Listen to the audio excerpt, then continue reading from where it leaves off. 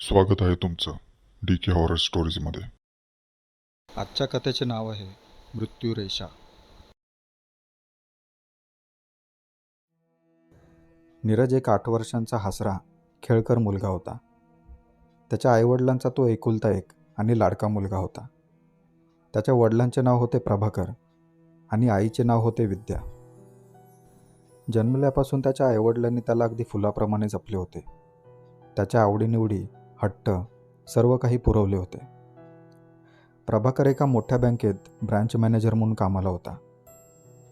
नीरजच्या जन्माच्या आधी त्याची आई विद्या एका हॉस्पिटलमध्ये नर्स म्हणून कामाला होती. नीरजचा जन्म झाल्यानंतर तिने काम सोडून दिले होते.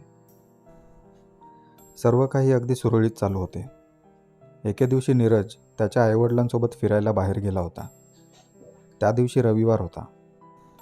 तिघेही त्यांच्या 4 चाकीने जवळच्याच एका हिल स्टेशनवर फिरायला गेले होते. प्रभाकरने 2 दिवसांची रजा घेतली होती. 2 दिवस तिघेही भरपूर फिरले. नवनवीन जागा पाहिल्या. बाग बगीचे, उंच टेकड्या, डोंगरदऱ्या, सर्व काही. नीरज पहिल्यांदाच हे सर्व पाहत होता. तो खूप आनंदी होता. तिसऱ्या दिवशी ते शहरात परतणार होते. गाडीने ते तिघेही मुंबईला यायला निघाले. गाडी मजल दरमजल करीत मुंबईजवळ पोचली आणि अचानक नीरजला धाप लागू लागली. तो श्वास घेण्यासाठी धडपडू लागला. हे पाहून प्रभाकर आणि विद्या घाबरले. प्रभाकरने पटकन गाडी जवळच्याच एका हॉस्पिटलमध्ये नेली. तोपर्यंत नीरजची अवस्था फारच वाईट झाली होती. तो संबंध दिवस इस्पितळात गेला. नीरजच्या काही टेस्ट केल्या गेल्या. एक दिवस त्यांना इस्पितळातच राहावे लागले. दुसऱ्या दिवशी नीरजचे रिपोर्ट आले. डॉक्टरांनी प्रभाकरला केबिनमध्ये बोलावून घेतले आणि जे सांगितले त्याने प्रभाकरच्या पायाखालची जमीनच सरकली. नीरजला एक असाध्य आजार जडला होता, जो नकळत हळूहळू बळावला होता. प्रभाकर आणि विद्याचे रडून रडून हाल झाले होते. नीरजला त्या इस्पितळातून हलवण्यात आले. मुंबईच्या एका मोठ्या इस्पितळात नीरजला तपासले गेले आणि नीरजची ट्रीटमेंट सुरू झाली. महिनाभर नीरजची ट्रीटमेंट सुरू होती. इस्पितळाच्या फेऱ्या वाढल्या होत्या. वरून साधारण दिसणारा नीरज आतून कोमेजून गेला होता. कधी अचानक खोकल्याची उबळ यायची, कधी धाप लागून तो खाली बसायचा. प्रभाकर आणि विद्या पूर्ण कोलमडून गेले होते. आणि एका रात्री नीरजला अचानक धाप लागायला चालू झाली. त्याच्या नाकातून रक्तस्राव होऊ लागला. प्रभाकर आणि विद्या खूप घाबरले. नीरजला इस्पितळात नेण्यात आले. नीरज इस्पितळात बेडवर झोपला होता. त्याच्या आजूबाजूला डॉक्टर आणि नर्सचा घेराव होता. डॉक्टरांच्या चेहऱ्यावर चिंता स्पष्ट दिसत होती. नीरजला कृत्रिम श्वासोच्छ्वास चालू केला होता. नीरज शेवटच्या घटका मोजत होता. रात्रीचे 12 वाजून गेले होते. बाजूला प्रभाकर आणि विद्या चिंताग्रस्त अवस्थेत बसून होते. दोघांच्याही डोळ्यातून अश्रुधारा वाहत होत्या. आपल्या एकुलत्या एक मुलाला अशा मरणासन्न अवस्थेत पाहून त्यांचा जीव तिळतिळ तुटत होता. बेडच्या बाजूलाच असलेल्या मशीनवर नीरजच्या हृदयाचे ठोके मंद मंद होत चालले होते. आणि अखेर तो क्षण आला. नीरजच्या हृदयाचे ठोके पूर्णपणे बंद झाले होते. मशीनवरील वक्राकार पळणारी ती रेषा अखेर स्तब्ध झाली होती. डॉक्टरांनी घड्याळात पाहिले आणि बाजूला उभ्या असलेल्या नर्सकडे पाहत ते म्हणाले, टाईम ऑफ डेथ 12:15. डॉक्टर मागे वळले आणि प्रभाकरकडे पाहत म्हणाले, आय एम सॉरी. प्रभाकरच्या हृदयाचा ठोकाच जणू काही क्षण बंद पडला. तो नीरजच्या निश्चल देहाकडे पाहतच बसला होता. विद्याच्या डोळ्यातून अश्रुधारा वाहत होत्या. नीरजपाशी ती आली आणि त्याच्या डोक्यावरून तिने प्रेमाने हात फिरवला. घड्याळात रात्रीचे 12:30 वाजले होते. नीरजच्या देहावर पांढरी चादर अंथरली होती. प्रभाकर काही वेळासाठी बाहेर गेला होता. विद्या नीरजच्या बाजूलाच बसून होती. तिचा थरथरता हात तिने नीरजच्या हातावर ठेवला होता. तिचे मन अगदी सुन्न झाले होते. आणि अचानक हॉस्पिटलमधील लाईट गेल्या. संपूर्ण इस्पितळात अंधार पसरला होता. विद्या मात्र आहे तशीच बसून राहिली होती. बाजूला असलेल्या खिडकीतून पांढुरका प्रकाश सावकाश त्या खोलीत पसरला होता. आणि अचानक तिच्या कानावर एक आवाज पडला, आई. विद्याने चमकून इकडे तिकडे पाहिले. तिला वाटले तिला भास झाला असावा आणि दुसऱ्या क्षणी तिला तिच्या हाताखाली एक हालचाल जाणवली. नीरजचा हात हलला होता. विद्याने एका झटक्यात नीरजच्या अंगावरील चादर ओढून बाजूला केली आणि बघते तर काय, नीरजने डोळे उघडले होते. तो हालचाल करू लागला होता. अंधुक पांढऱ्या प्रकाशात नीरजचे डोळे चमकले होते. ते पाहून विद्याला काय करावे सुचले नाही. ती धावतच बाहेर गेली आणि डॉक्टरांना घेऊन आली. तोपर्यंत प्रभाकरही तेथे आला होता आणि हॉस्पिटलच्या लाईटही. प्रभाकर आणि विद्या अत्यानंदाने रडत होते. डॉक्टरांनी नीरजला तपासले. नीरजच्या हृदयाचे संथ ठोके मशीनवर उमटत होते. डॉक्टर आणि नर्स त्याच्या भोवतीने गोळा झाले होते. हा सगळ्यांसाठी एक चमत्कारच होता. नीरज आणखीन एक दिवस इस्पितळातच राहिला. हळूहळू त्याच्या प्रकृतीत सुधारणा होत गेली. डॉक्टरांनी त्याची तपासणी केली, काही टेस्ट करून घेतल्या. सर्वच बाबतीत नीरजने डॉक्टरांना अवाक केले होते. मेडिकल सायन्समध्ये घडलेली ही एक अत्यंत दुर्मिळ अशी घटना होती. नीरज 2च दिवसात पुन्हा त्याच्या घरी आला होता. काही दिवस औषधपाणी घेतल्यावर नीरज पूर्णपणे बरा झाला होता. दिवसेंदिवस नीरजच्या प्रकृतीत सुधारणा होत गेली आणि त्या असाध्य आजाराच्या कोणत्याही खुणा मागे राहिल्या नव्हत्या. पण नीरजमध्ये एक वेगळेपण आले होते. तो पूर्वीसारखा हसत खेळत नसायचा. तो काहीसा अबोल झाला होता. पण प्रभाकर आणि विद्याला त्याचे फारसे काही वाटले नाही. आणि एका रात्री, त्या रात्री प्रभाकरला ऑफिसहून यायला उशीर होणार होता. घरी विद्या आणि नीरज दोघेच होते. रात्रीचे जेवण आटोपून विद्या आणि नीरज प्रभाकरची वाट पाहत बसले होते. रात्री 11 वाजता प्रभाकरचा फोन आला आणि आज घरी येत नसल्याचं त्याने सांगितले. नीरजला झोप आली होती. विद्याने फोन ठेवला आणि नीरजला घेऊन ती बेडरूममध्ये आली. रात्रीचे 12 वाजले होते. विद्याला नुकतीच झोप लागली होती आणि अचानक घरातील लाईट गेल्या. खिडकीतून पांढुरका प्रकाश घरात पसरला होता. नीरज बेडवर उठून बसला होता. थोड्याच वेळात विद्यालाही जाग आली. तिने पाहिले की नीरज जागेवर उठून बसलाय. तिने त्याला विचारले, नीरज काय झालं, गरम होतंय का? माझ्या आईला बोलवा, नीरज म्हणाला. नीरज, अरे असा काय करतोस, मीच तुझी आई आहे, विद्या म्हणाली. तू माझी आई नाहीस. हे ऐकून विद्या चरकली. तिने नीरजकडे निरखून पाहिले. अंधुक उजेडात त्याचा चेहरा काहीसा वेगळा दिसत होता. विद्याच्या अंगातून भीतीची एक लहर सळसळत गेली आणि अचानक नीरज बेडवर आडवा झाला. घरातील लाईट आल्या. विद्याने नीरजकडे पाहिले. नीरज घामाने चिंब भिजला होता. दुसऱ्या दिवशी विद्याने हा प्रकार प्रभाकरला सांगितला. प्रभाकरही ते ऐकून थोडासा अस्वस्थ झाला. विद्या, नीरजला आपण एखाद्या सायकॅट्रिकला दाखवला तर, प्रभाकर म्हणाला. अरे असं काय बोलत आहेस?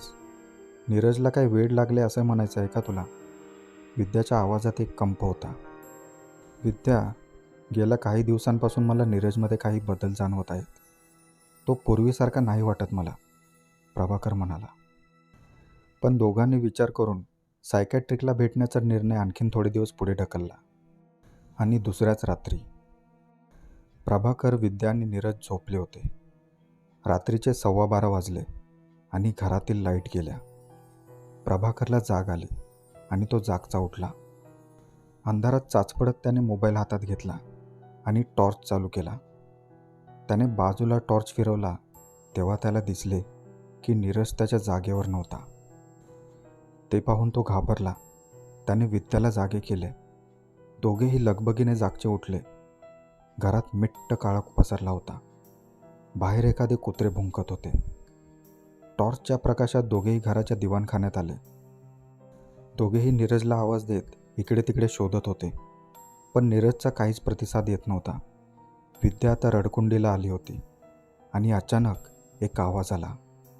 कोणीतरी भिंतीवर काहीतरी आपटत असल्याचा आवाज होता तो. प्रभाकर आणि विद्या दोघेही सावध झाले.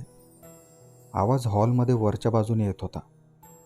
प्रभाकरने सावकाश टॉर्चचा झोत हॉलमधील कपाटाच्या वरती टाकला आणि समोरचे दृश्य पाहून दोघांची बोबडीच वळली. समोर कपाटावर नीरज पाठमोरा बसला होता आणि भिंतीवर त्याचे डोके आपटत होता. नीरज, प्रभाकरने थरथरत्या आवाजात नीरजला आवाज दिला.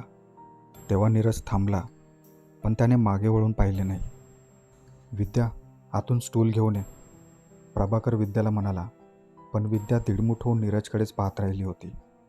विद्या, आतून स्टूल घेऊन ये पटकन, प्रभाकर मोठ्या आवाजात म्हणाला. तशी विद्या भानावर आली आणि बेडरूममध्ये पळाली. इकडे प्रभाकर हळूहळू कपाटाकडे गेला आणि तितक्यात आतमधून विद्या जोरात किंचाळली. तिचा आवाज ऐकून प्रभाकरच्या छातीत धस झाले. तो आतमध्ये पळतच गेला. अंधुक पांढऱ्या प्रकाशात विद्याचा घाबरलेला, घामाने निथंबलेला चेहरा बेडच्या दिशेला होता.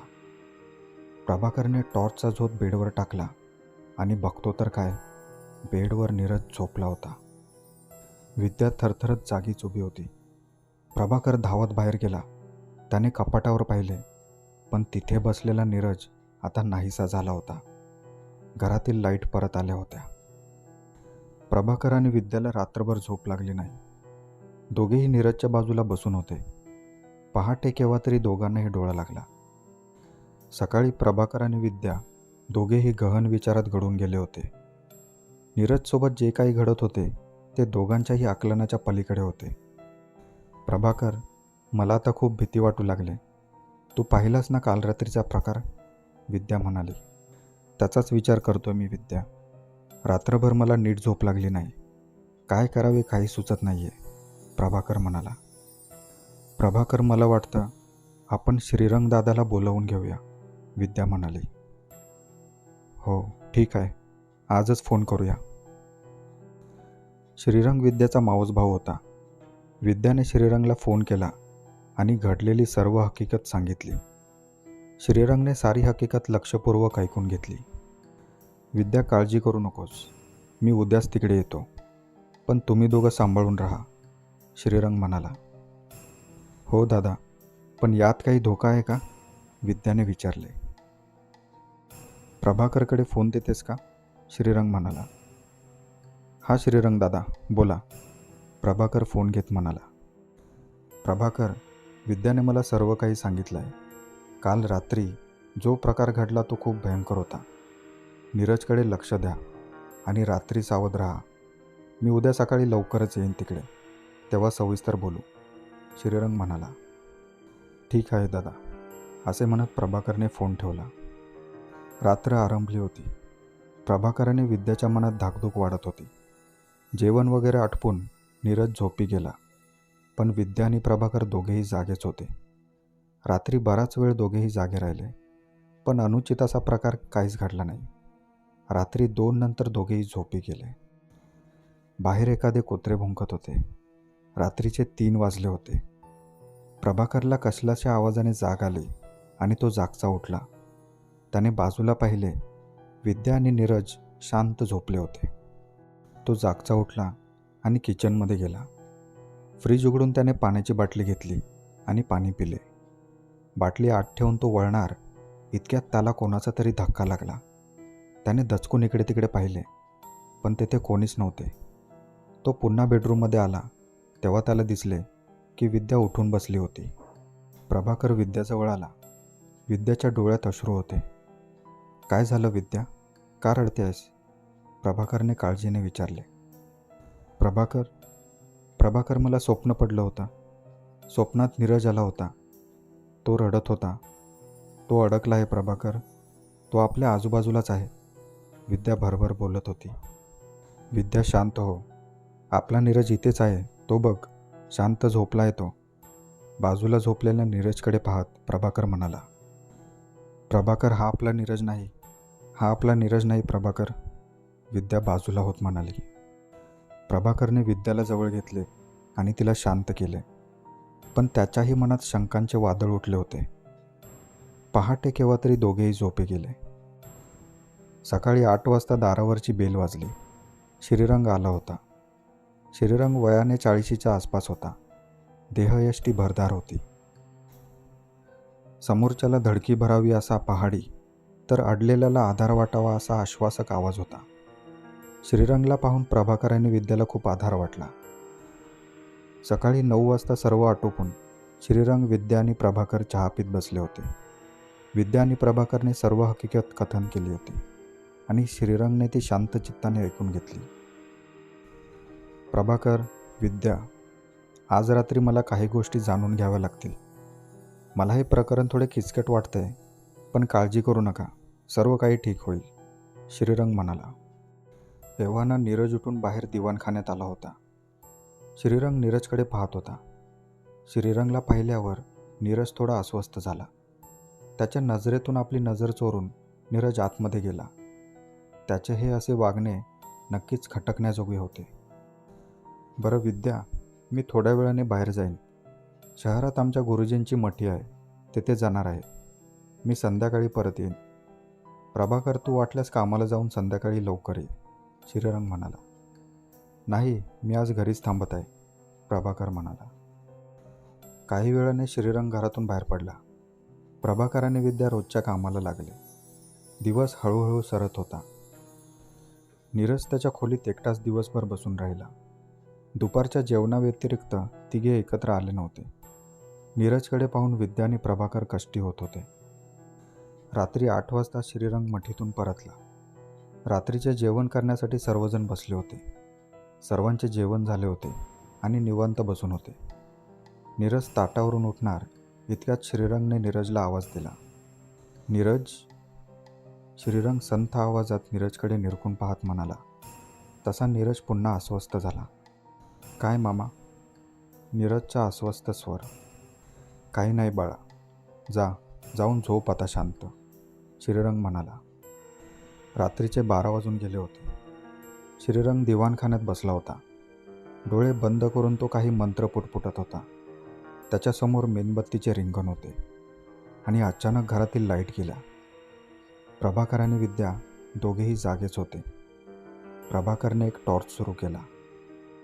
बेडवर नीरजची हालचाल सुरू झाली होती. विद्या आणि प्रभाकर बेडवरून खाली आले. इथे ये माझ्यासमोर, बाहेरून श्रीरंगचा मोठा आवाज आला. तसा नीरज बेडवरून खाली उतरला. त्याचा चेहरा पांढरा फट दिसत होता. संत पावलांनी तो बेडरूमच्या बाहेर आला आणि श्रीरंग समोर जाऊन बसला. बोल, कोण आहेस तू? श्रीरंग करारी आवाजात म्हणाला. पण नीरज काही न बोलता गप्प बसून होता. तो एकटक श्रीरंगकडेच पाहत होता. बोल, कोण आहेस तू? तुझं नाव काय? हे शरीर का धरलंस, बोल, श्रीरंग मोठ्या आवाजात म्हणाला. तू कशाला आला आहेस इथे? जा इथून तू, नीरज म्हणाला.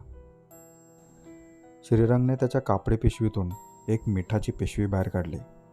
त्यात त्याने कसलीची भुकटी मिसळली आणि नीरजच्या अंगावर शिंपडली. तसा नीरज कळवळू लागला. हे सर्व पाहून प्रभाकर आणि विद्याच्या मनाला अनेक यातना होत होत्या. बोल आता, काय नाव आहे तुझं? नाहीतर जळून राख होशील, श्रीरंग म्हणाला. तसा तो बोलू लागला. माझं नाव अखिलेश. मला माझ्या आईला भेटायचं आहे. माझ्या आईला बोलवा, तो कळवळून म्हणाला.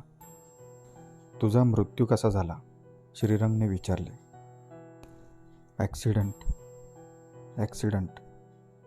ॲक्सिडंट असे म्हणत नीरज बेशुद्ध झाला. श्रीरंग आणि प्रभाकरने नीरजला बेडवर झोपवले आणि सर्वजण झोपी गेले. दुसऱ्या दिवशी सकाळी लवकरच श्रीरंग आणि प्रभाकर हॉस्पिटलमध्ये गेले. तेथे त्यांनी माहिती काढली. तेव्हा त्यांना कळले की नीरज ज्या खोलीत होता तेथे आदल्या दिवशी अखिलेश नावाच्या मुलाचा मृत्यू झाला होता. श्रीरंगने अखिलेशच्या वडिलांचा फोन नंबर हॉस्पिटलमधून मिळवला. प्रभाकर आणि श्रीरंग अखिलेशच्या वडिलांना भेटायला त्यांच्या घरी गेले. दिनकरराव, जी गोष्ट मी तुम्हाला आता सांगणार आहे ती थोडी अविश्वसनीय आहे, श्रीरंग अखिलेशच्या वडिलांना म्हणाला. दिनकरराव प्रश्नार्थक नजरेने पाहत म्हणाले. अविश्वसनीय म्हणजे? मला स्पष्ट सांगा. ही गोष्ट तुमचा मुलगा अखिलेश त्याच्या बाबतीत आहे, पण त्याआधी मला तुमच्याकडून थोडी माहिती हवी आहे. अखिलेशचा मृत्यू कसा झाला, कोणत्या परिस्थितीत झाला, श्रीरंग म्हणाला. दिनकरराव थोडे अस्वस्थ झाले. घसा खाकरत त्यांनी सुरुवात केली. अखिलेशला जाऊन आता महिना होत आला. त्या दिवशी सकाळी माझी बायको तिच्या माहेरी नाशिकला गेली होती. अखिलेशसुद्धा तिच्यासोबत जाणार होता, पण हट्ट करून तो माझ्यासोबत इथेच थांबला होता आणि माझी बायको एकटीच नाशिकला निघून गेली होती. संध्याकाळी मी अखिलेशला घेऊन मैदानात गेलो होतो. तेथून परत येताना मी आणि अखिलेश बाईकवरून घरी परतत होतो. एका वळणावर समोरून एक भरधाव गाडी अचानक समोर आली. मी ब्रेक दाबला आणि गाडी स्लिप झाली. मी रस्त्याच्या एका कडेला पडलो होतो आणि दुसऱ्या क्षणी माझ्या लक्षात आले की अखिलेश गाडीखाली आला होता. मी त्याला तात्काळ इस्पितळात आणले. तेथे त्याच्यावर उपचार सुरू केले. माझी बायको नाशिकहून निघाली होती, पण ती हॉस्पिटलमध्ये पोहोचण्यापूर्वीच अखिलेशचा मृत्यू झाला होता. दिनकरराव कष्टी आवाजात सर्व हकीकत सांगत होते. तुमची बायको आता कुठे आहे? मी त्यांच्याशी बोलू शकतो का? श्रीरंगने विचारले. अखिलेश गेल्यापासून ती एक शब्दही बोलली नाही. पण तुम्ही हे सर्व का विचारत आहात? दिनकरराव म्हणाले. दिनकरराव, तुम्हाला सर्व काही समजेल. आमच्यावर विश्वास ठेवा. तुमच्या बायकोला एकदा बोलवा.